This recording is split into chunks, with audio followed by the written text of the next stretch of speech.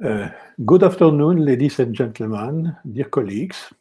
I'm pleased to welcome you to this webinar, the first of a series of three organized by the EUA on academic career assessment in the transition to open science. Originally, we had the project to organize a physical seminar in Oslo, hosted by our Norwegian colleague. Unfortunately, the health crisis led us to choose between two options, either to postpone this seminar to the autumn or later, or to organize an innovative event using digital tools.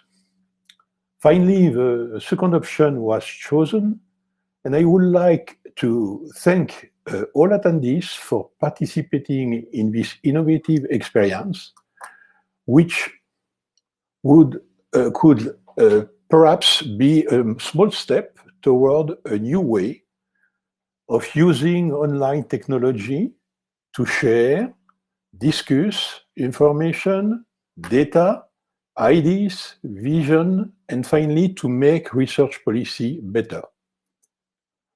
The EUA has long been involved in open access and decided to launch an expert group on open science and Science 2.0 5 years ago, and this group is composed of around 25 experts nominated by their national rector conferences. The idea at the origin of this expert group was to gather information on university practice, to share analysis on the evolution of open access to research publishing, to assist university in their policy on open science, and in their negotiation with major publishers. Finally, to propose to the EUA board and council to take and defend policy positions to promote open science. Thus, the main priority of this expert group are therefore the following: promote institutional and European policy for open access to research publication and research data, to ensure greater transparency and sustainability of the scientific publishing system, particularly to monitor institution policy on open access, big deals agreement, read and publish agreement.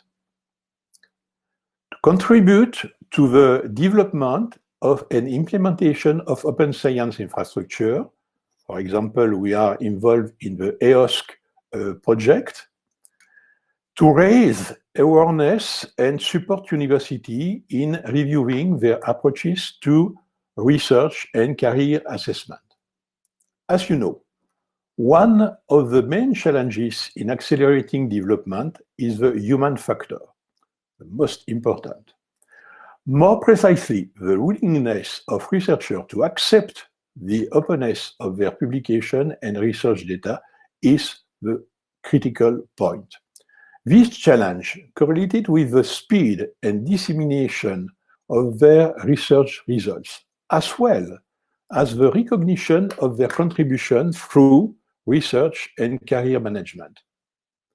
This is why the EUA, in collaboration with the EUA Expert Group on Open Science, is working on career assessment, following their long-standing work on the transition to open science, including information gathering, surveys, and dialogue, workshop 2019 on research assessment, and this webinar series are already organized. As you know, the program of this seminar is organized in 3 sub-webinars.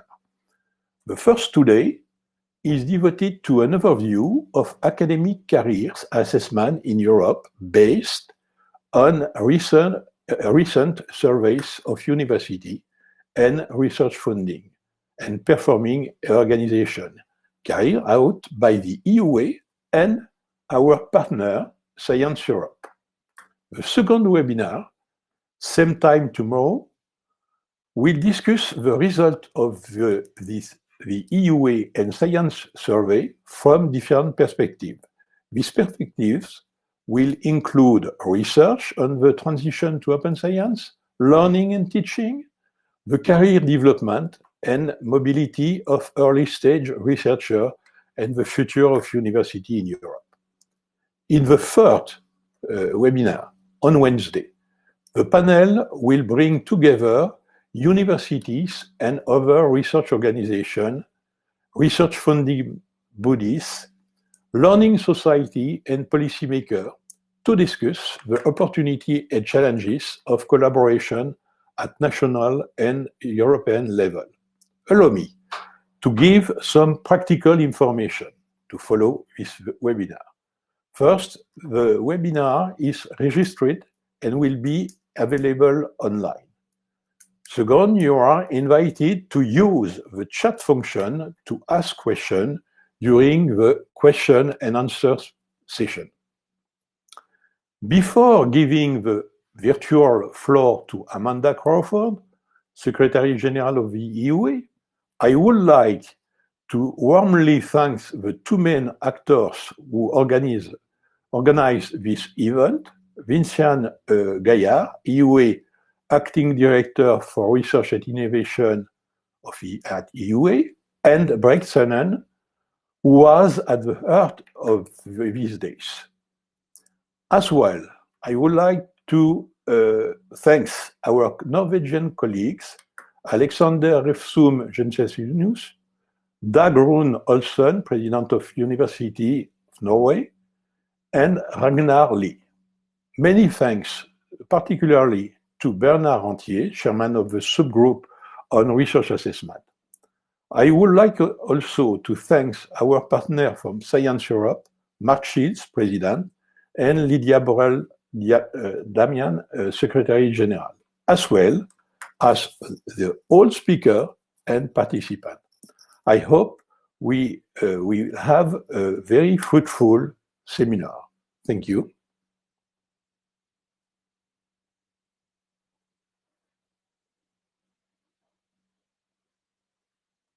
Now, I will give the floor to Amanda. Jean-Pierre, thank you very much indeed.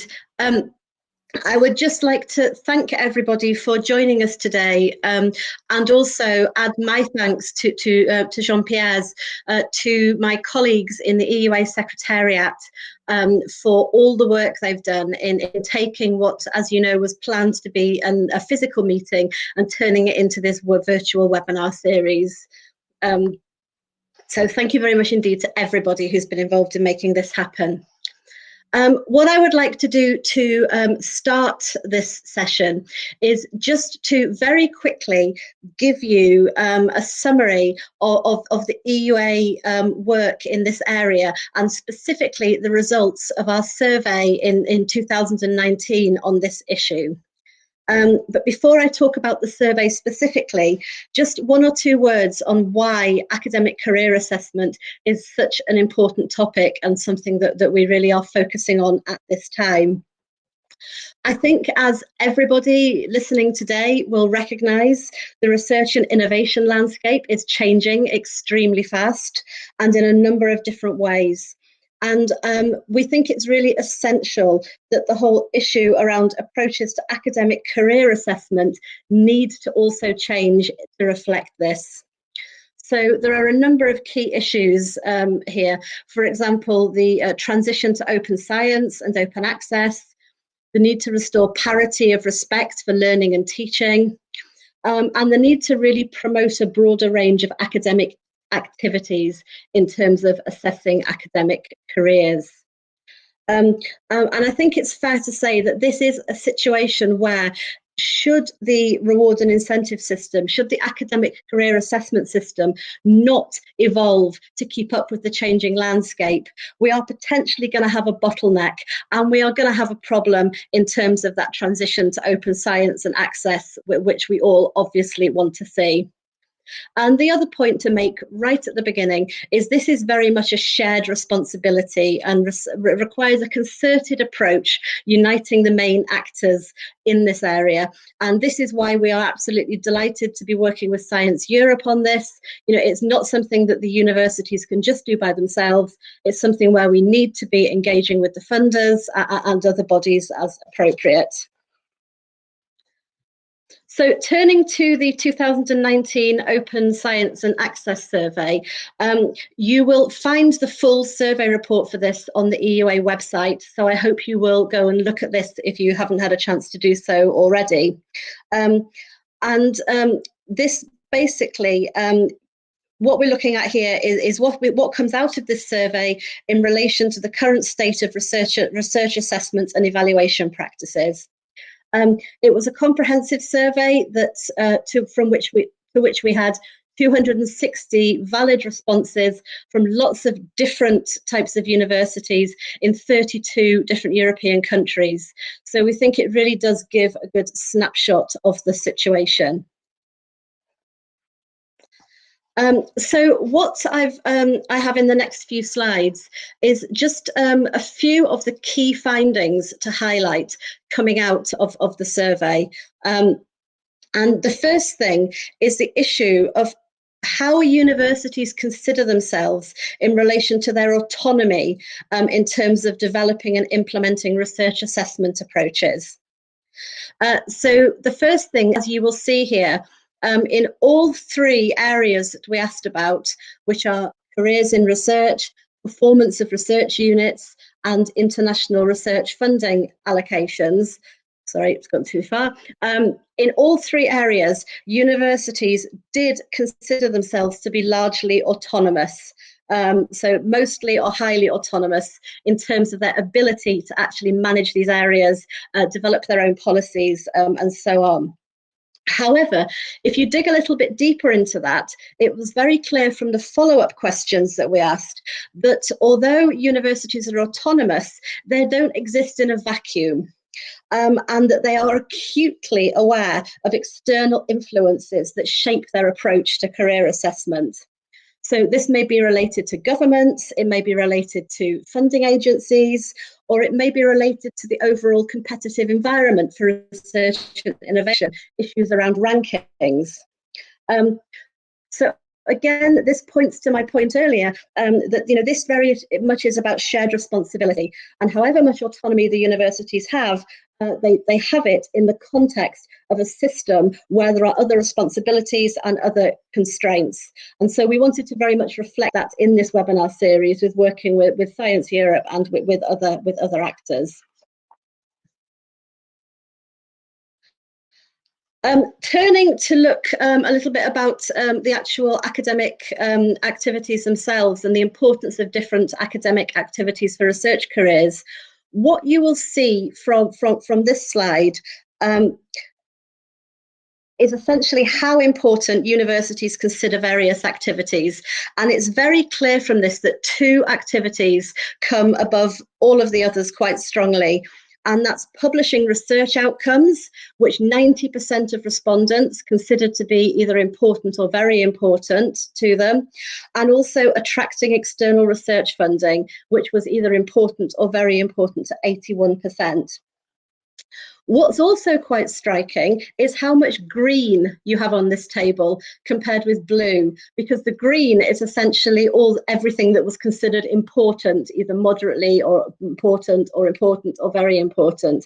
So it's quite an encouraging picture because it does show that there are quite a range of different activities that are considered important and are being looked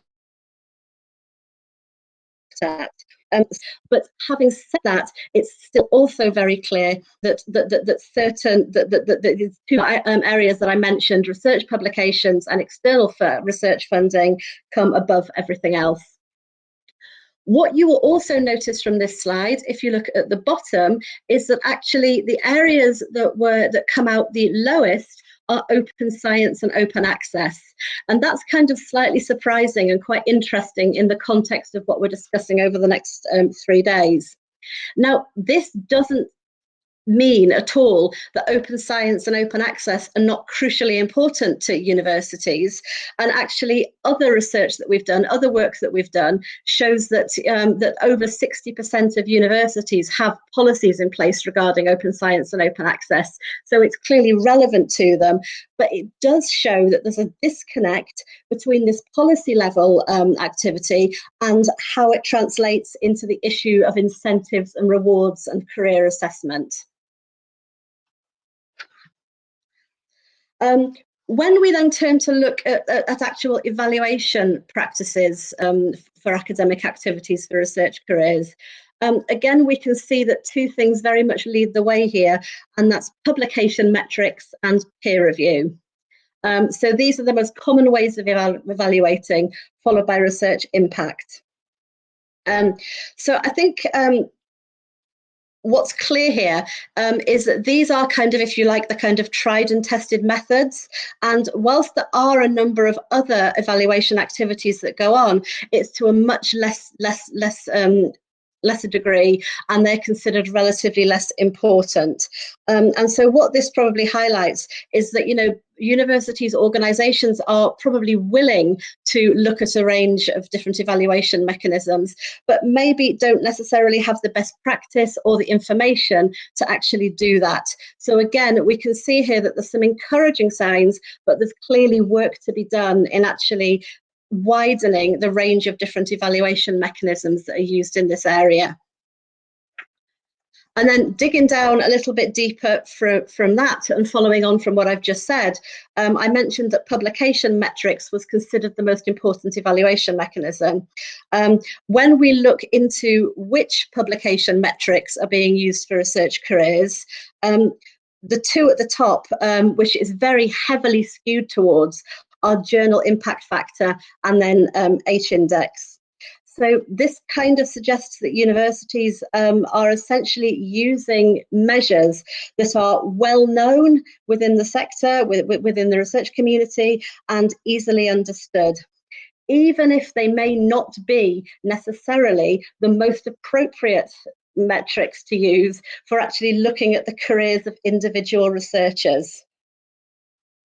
And I think a point here also to mention, which does kind of come out in some of the follow-up activity, is that it's very difficult, I think, for a single university to change its practices in isolation.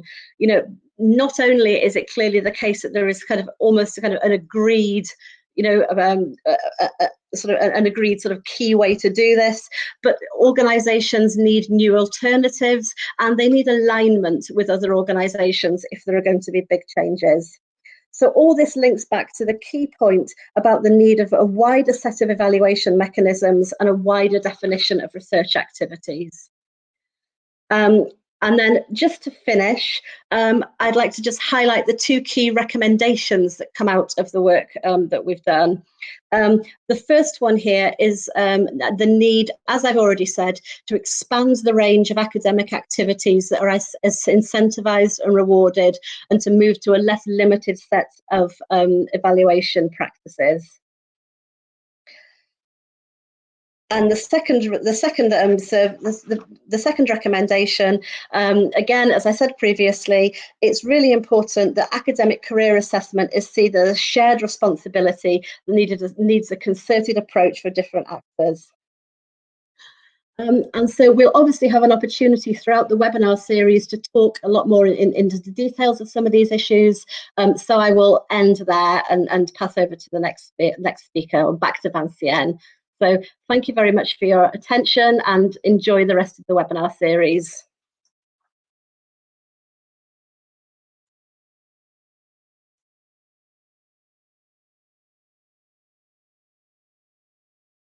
And it's my pleasure to introduce our next speaker, Lidia Borrell-Damián. As you can see on the slide, she's the Secretary General of Science Europe and former Director for Research and Innovation at EUA.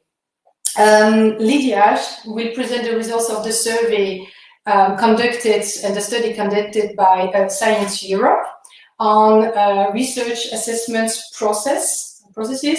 And of course, the perspective here will be from research funding organizations and research performing organizations.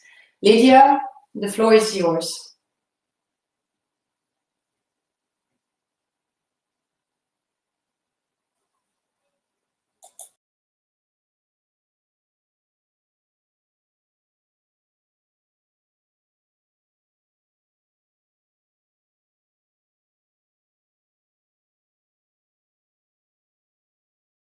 Damián. I am now the Secretary General of Science Europe, and I'm extremely pleased to be here in this webinar representing Science Europe, while I was Director for Research and Innovation at EUA, and precisely in charge of the study that Amanda just presented.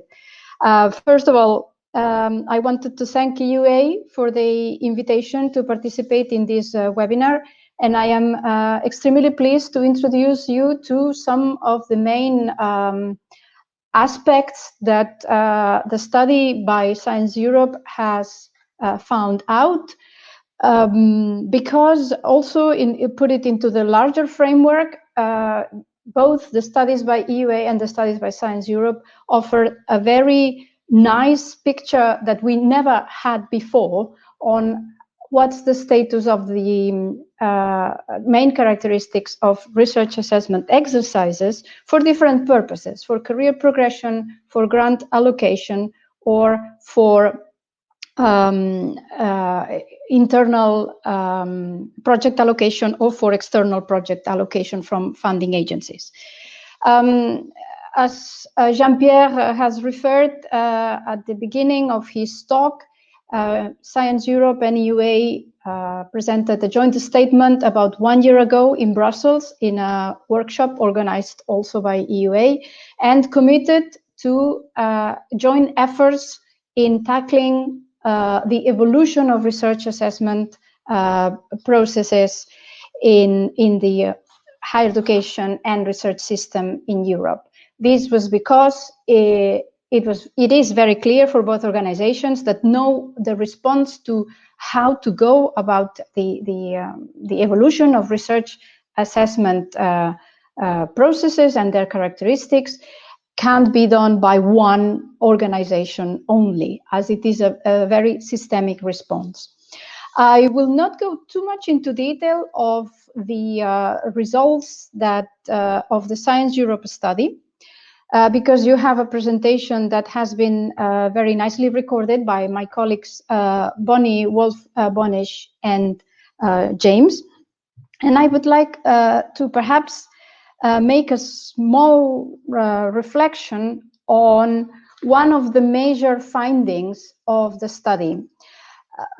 Got a small parenthesis. The study is not yet public. It will be public in a matter of few weeks. We are going to publish the study together with the recommendations that I will talk about.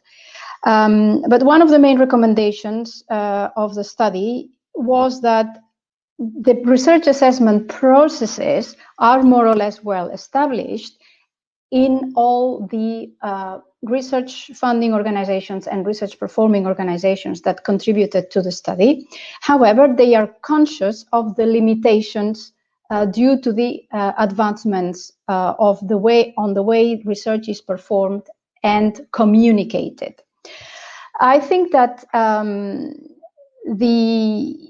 I will highlight a few examples. One, for example, is the approaches that are used to select proposals and researchers for career progression. For example, 79% of the institutions that participated in this survey used external single blind reviews and external panel reviews. Very few use internal panel reviews only, or internal double-blind reviews. Many organizations also understand research quality regarding the level of novelty or originality of the science in it, and pay a lot of attention to the methodological and theoretical rigor. They normally pay less attention to the productivity, which is an interesting finding regarding the tension between the publish or perish syndrome and the quality of research. So these panels show that overall they pay more attention to the quality than to the quantity of publications. We performed this study almost simultaneously to that of EUA. So they both refer to data gathered in 2019. So I think this is very good because they are and performed at the same time, and they prepare us for what we should lie ahead. Can I ask to go back one slide, please? Yes, thank you. We have placed this study in the framework of broader initiatives that already took into account the need for update or upgrade of the research assessment processes.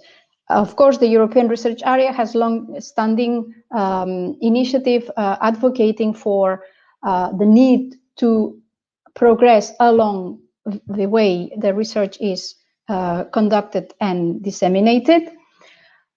Clearly, the DORA declaration back in 2014 marked a starting point at global level, or it was a kind of a call for action for all members across the world to precisely focus on the quality of the research and get rid of the publish or perish syndrome, as well as of the predominantly influential famous journal impact factor or other similar quantitative indicators.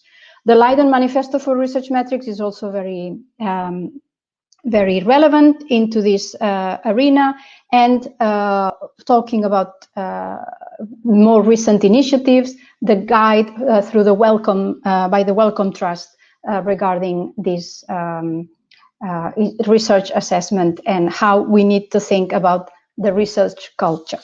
All in all, these two studies are telling us about a series of intrinsic tensions in the system. It's not only about the publish or perish syndrome, it's also about the qualitative versus the quantitative assessment, and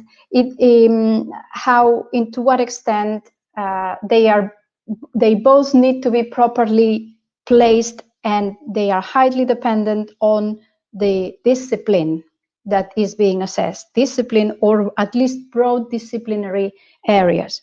There's another tension on the quality of the review itself and the what we call the reviewers' fatigue or the reviewers' availability, because as I will say in a minute, something that we found in our study is that reviewers are the pool of reviewers tends to be concentrated in several reviewers from a certain field, and these are highly demanded, and therefore there is an overload on those researchers which are more famous or more cited or etc.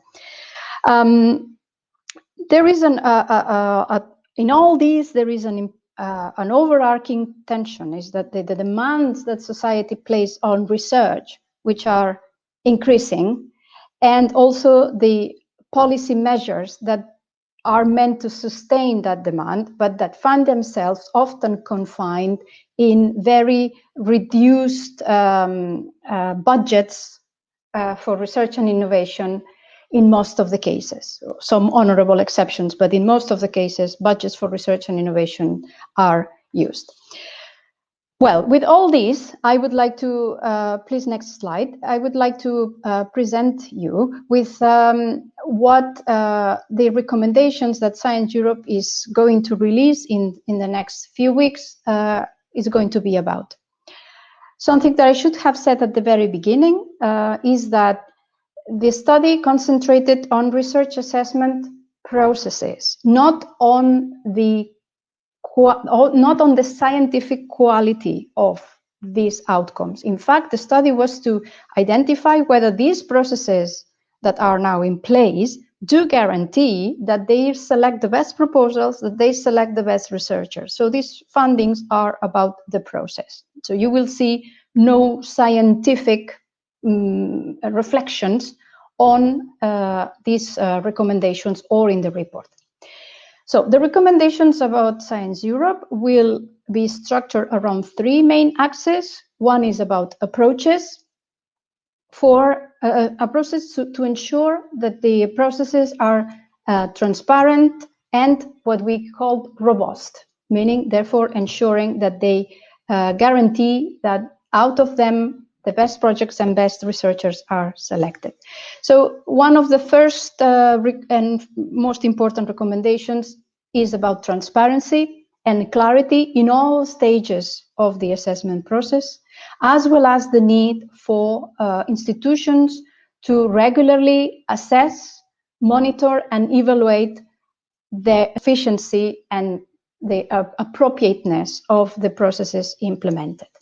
The second strand of the recommendations is will address the challenges, biases, let me say social biases. As I said, there are disciplinary biases. We all know about this, but they are not the focus of the study. So social biases such as gender, race, unfair treatment of any kind will be one of the main recommendations, as well as the costs and efficiency related to such a process.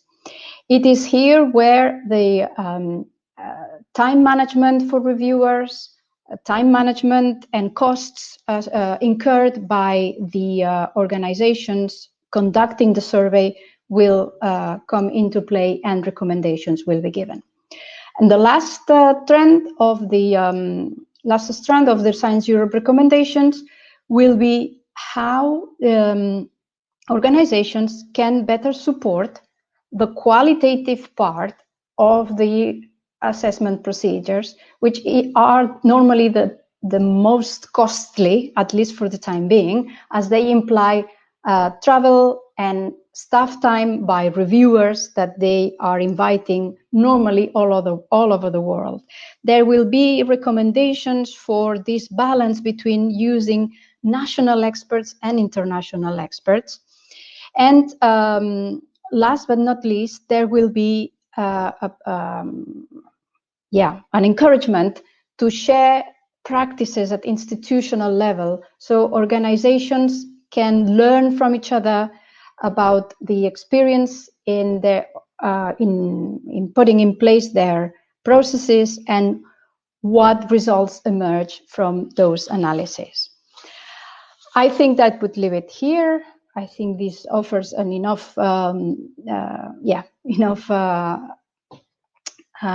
perspective of the main findings and upcoming recommendations from Science Europe, and I will hand back the word to Vincent Gaillard.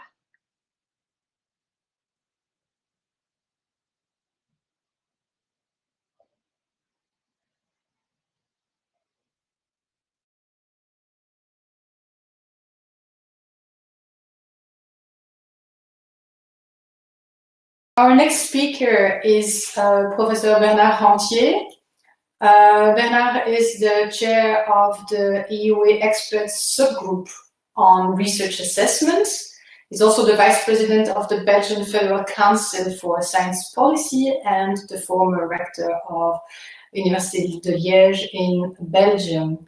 Bernard, can I ask you to discuss a bit the work of the subgroup, the expert subgroup on research assessment, indicate or tell us more about the objectives, and basically also what would be interesting is to have your main takeaway of those results, like the two sets of results. And if I may, I will ask you to do that in a few minutes. Thank you.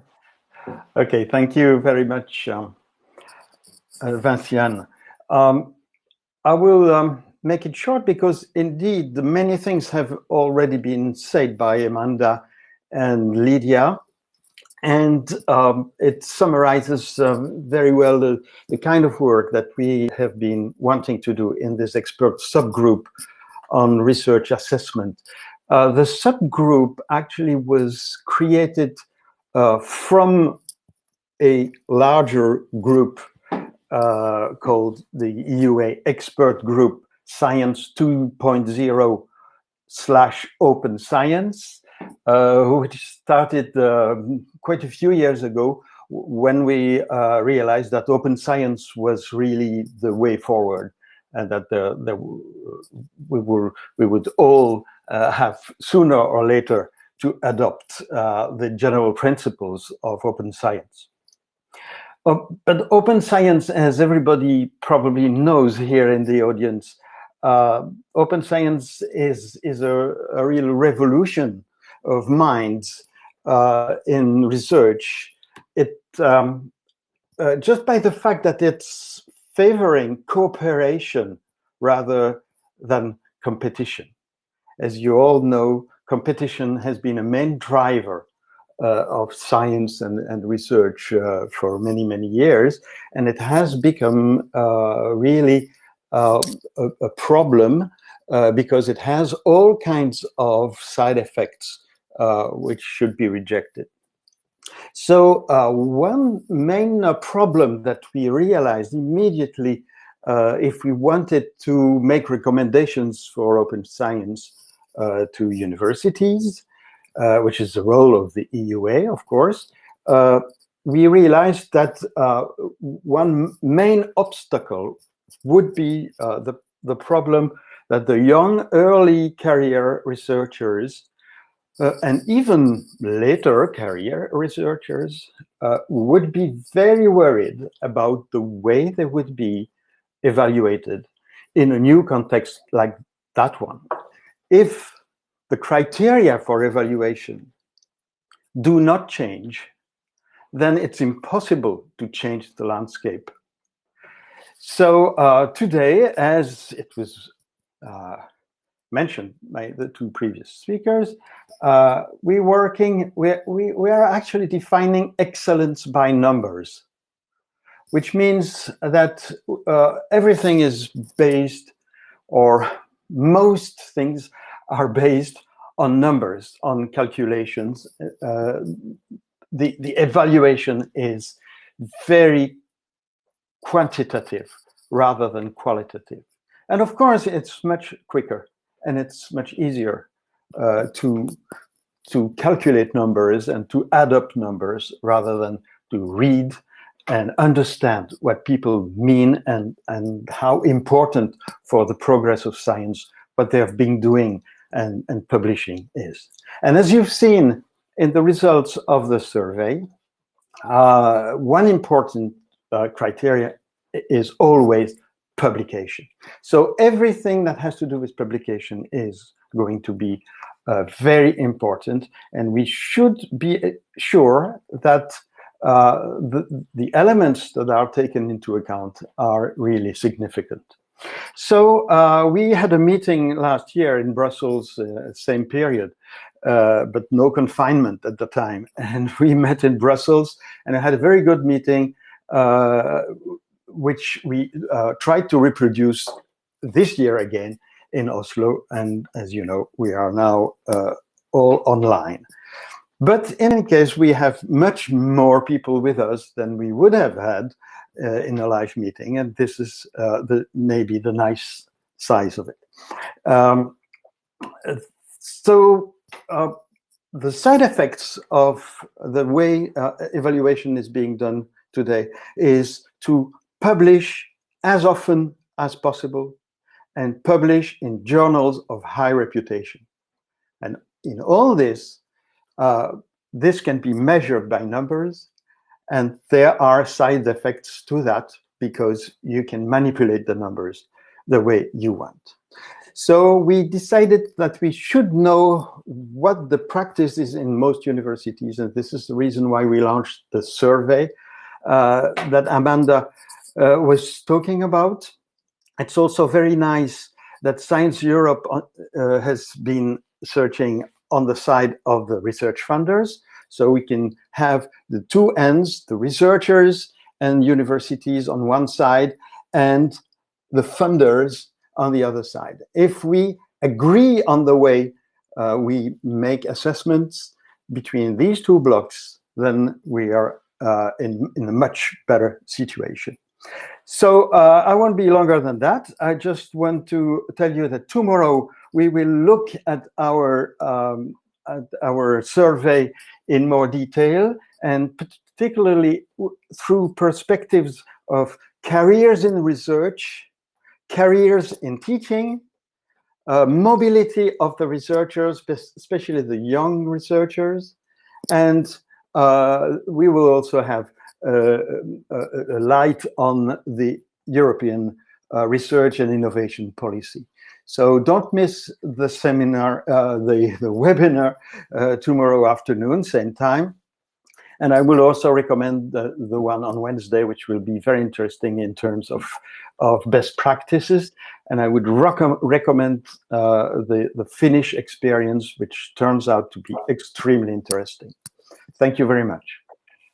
Thank you, Bernard, indeed. Now I will introduce our last speaker, Marc Schiltz. Marc Schiltz is the President of Science Europe and the Secretary General of the National Research Fund of Luxembourg. Marc, could you tell us more about the work of Science Europe and this topic?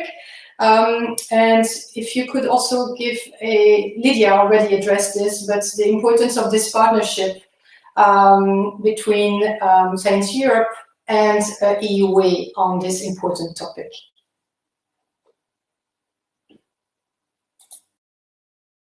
I hope you can hear me. I'm very happy here to be with you today, albeit in a remote or virtual session, but that's the time that we are going through. And I'm also very happy that that we can join the European University Association here as Science Europe, because indeed, as Bernard was explaining just a minute ago, I am convinced that both funders and universities are the key actors in the transition towards a different, both towards open science, but also towards changing the reward and incentive system in science. And I also fully subscribe to what was said just a minute ago, that the two are actually intrinsically linked. And maybe as funders, we have for a while been more focused or concerned with open science and open access in particular. And you're surely aware of the initiatives that we took about 2 years ago regarding Plan S. But at that time, it became also very clear to me and to others how much the current closed science publication system is intrinsically linked to the way that we assess researchers, and that this very monolithic view of assessing researchers by publications only, and then on top of this by where things are published, which has become more important than what is actually being published, that this actually is one of the reasons why the closed publication system has been able to perpetuate in our system. So we need to, in a sense, break both. And let me just say, if I reflect on what is actually happening right now related to the COVID-19 crisis, I really think that we see a transformative moment in science, because never before has science been so open. Never before has there been so much collaboration in face of the current crisis. So more than 50,000 papers have been published since the beginning of this crisis on portals like, or on platforms like medRxiv or bioRxiv, as preprints, open access. Even the legacy publishers have agreed or have realized that for all papers related to COVID-19, they should drop, or they should open the paywalls. And one could reasonably ask why then just for COVID-19 are other diseases and other problems not as important. We've seen that within days that when scientists started working on the coronavirus in China, they deposited, or they made openly accessible the first genome sequences of the virus, something which has never happened before. We see that there are web portals like the EMBL web portals where important data about COVID-19 is being deposited almost immediately as it becomes available. So I think we are witnessing currently a transformative moment towards open science. Now we're not sure whether this will remain. There is certainly a risk that once the crisis is over, we will fall back into the old schemes and habits. So I would very much hope that this will not be the case. But again, it's basically about what do we, or rather, the way we value research or we reward research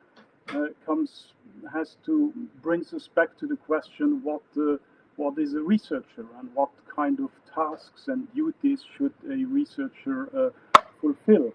And I think we can agree that there is a very broad variety of tasks which fall on scientists and researchers.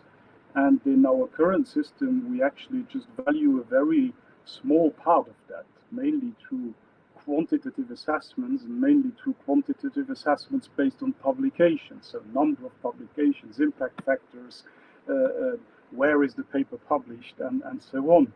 Whereas what we see currently, I see, for instance, that many of our researchers have now engaged in carrying out modelizations and studies on behalf of our governments to inform governments on which decisions to take with respect to the COVID-19 crisis. I think this is very important work as well. It may not lead to a publication. It may not lead otherwise to some prestigious award. It may actually not be valuable to get a grant from a funding agency, but nevertheless, it's very important work.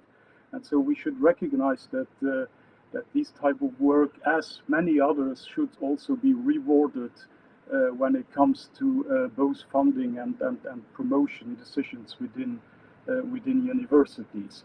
We also see many of our scientists now heavily engaged in public outreach activities. I think never before, or not that I can remember, were there so many scientists on TV and on radio stations explaining what it is, well, from a scientific point of view. What is the current knowledge? What do we know about the virus? What do we know about the spread? And then again, I think communication towards a wider audience is something which is extremely valuable, which is an extremely important task of a scientist in the 21st century. So that's again items that we need to find ways to incentivize and to reward. I think the key in changing the system is to recognize that there is that we need to adopt a broader view on what is valuable as work of a researcher. And of course there is the research activity per se, but then there are many other items which are important, like training, like teaching, like developing people, something very important which isn't sufficiently valorized, like dissemination of research, including to a wider public, including to a broad audience, interaction with societal stakeholders, like with political decision makers or others. I think the key is to recognize this variety of valuable outcome or valuable activities of scientists, and to take this into account when we assess scientists and when we make decisions about both about funding, but also about promotion and tenure. Now, how do we do that? First of all, it's important that we do it all together. I think Bernard mentioned it. We were a little bit in a prisoner's dilemma here. If just one university decides to change the system and the others don't, well, that puts that one university obviously at a disadvantage. So and for funders, it's less of a problem, but still, we need to be more than one. There need to be several of us to start, and others will join later or in due time. So that's one issue. We need to be together here in this transformation. The second is, from a more practical point of view, a lot of funders and universities are experimenting with new methods.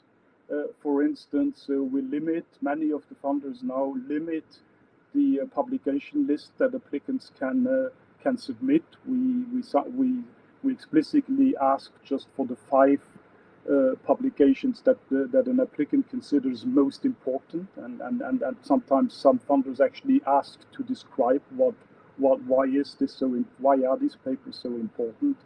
The Swiss National Science Foundation, for instance, is experimenting with a new type of CV, which is of a more narrative nature, where applicants are asked to tell or to give a narrative of their achievements, not just in research, but also in other areas like training and teaching, developing people, public outreach, and so on.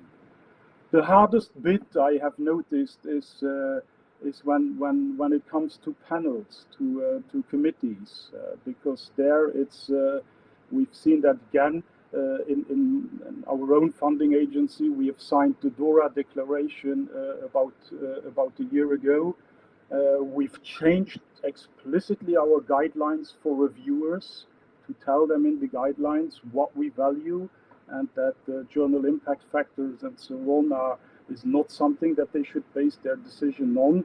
But of course, when it comes to panel meetings, you again have reviewers who bring up this, who discuss where papers have been published and impact factors. So that's the hard bit. You then have to stand up and say this is not part of our criteria, and that sometimes it's taken up well, sometimes it's not taken up so well.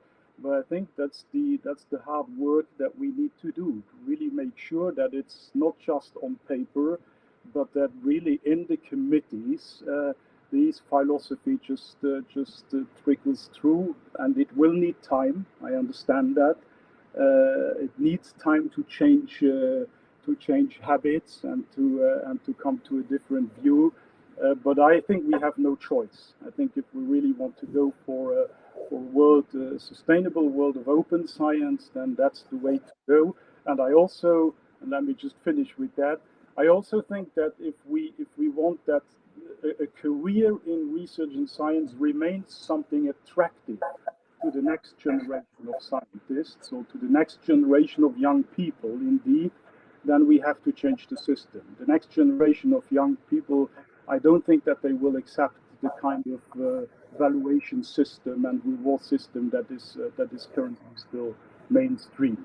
So I'm very much looking forward. I think it's great that Science Europe and the EUA can work together on this, because I think this is one of the most important projects to transform and to reshape science, our science system in the future. Thank you. I leave it there. Thank you, Marc. Well, I wanted first to thank all speakers for this excellent presentations and important elements that have been brought. Actually, many of the elements that some of you brought to the discussion spontaneously do refer to questions that we have received, many questions actually in the chat. I see that we are kind of late, so we will not have that many questions. What I would suggest is that I will have 2 questions that, and I suggest that, for instance, Bernard would take a question on team science. So someone mentioned that those results where at the level of the individual, but also at the level of a team. But team science is increasingly relevant. So maybe it would be good to have a reflection on team science in this context. Yes, indeed. There are different levels of evaluation, of course.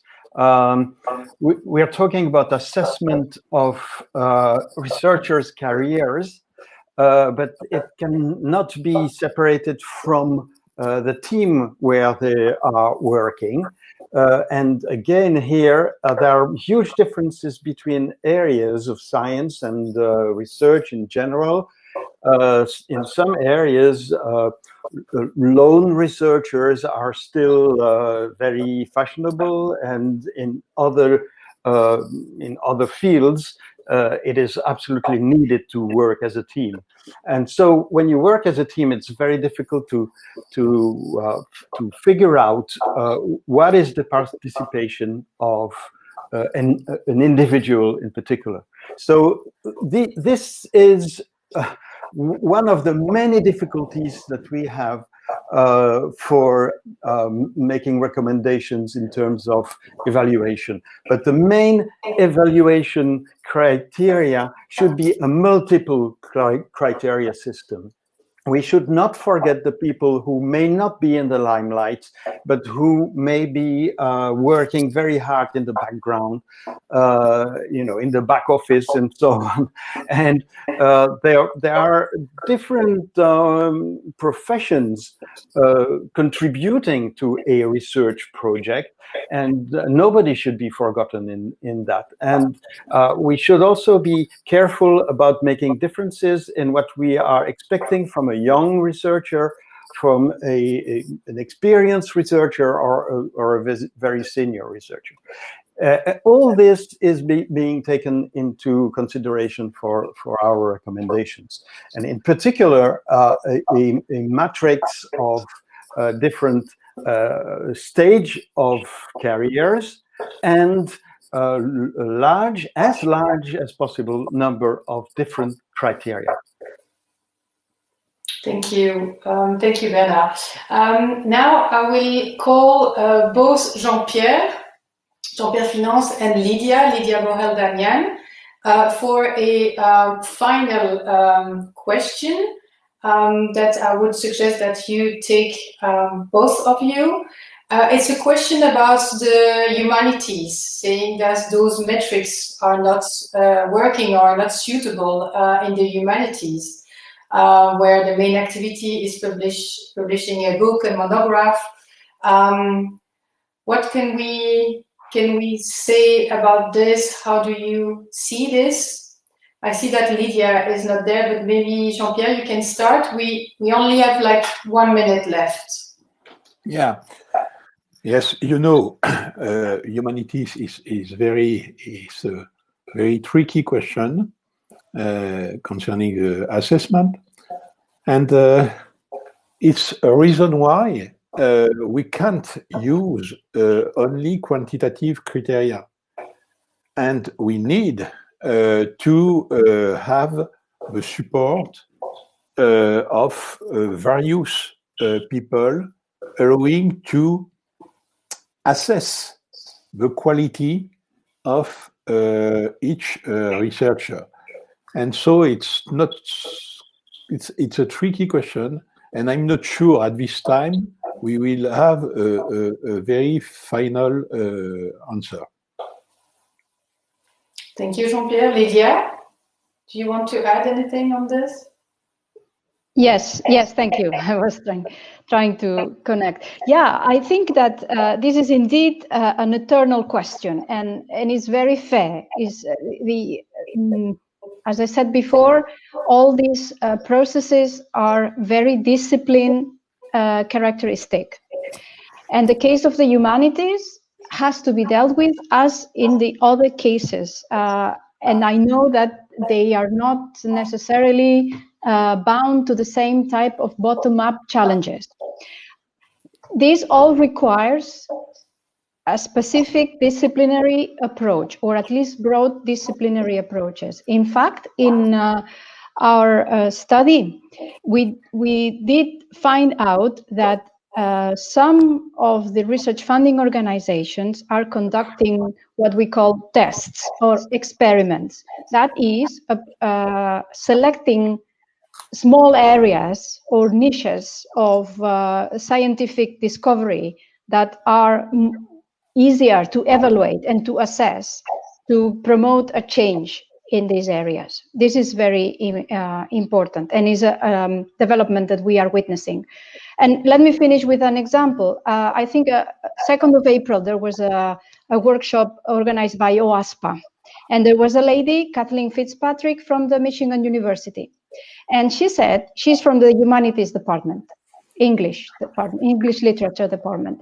And she said that they had the initiative in the department to assess their own way of assessing their researchers in the department. And they proposed how they wanted to be assessed to the president of the university. And the university took that initiative into account. And based on that, they reformulated the bylaws of that department. So I think this is all to say that apparently, apart from more general systemic considerations, I think that it is the power lies in the researchers, in the departments, where they can propose and decide in what way that fits best the progress of science that they conduct. So it is a combination of approaches, I would say, broad, narrow, up and down. Thank you both. I'm sorry, I will have to, because we are already late, we will have to close this webinar. So with this, I would like to thank you both, as well as all the other speakers. I would like to thank the more than 500 participants who attended this webinar. And I have now a few practical announcements to make. First of all, you see this on the screen. Don't forget that's the same, like the second webinar of the series is tomorrow. And as was discussed and requested in the chat, we will discuss broader perspectives on academic career assessment. It will be about research in the transition to open science, learning and teaching, career development and mobility of early career researchers, and the future of universities in Europe. That is tomorrow, same time. To finish here, also just to let you know that the webinar was recorded. The recording and representation material will be made available online, and a certificate of attendance will be available for download from the thank you email that you will automatically receive. And I think it's about it for today. Again, thank you all very much for contributing to this very exciting webinar, and we look forward to see you tomorrow, same time.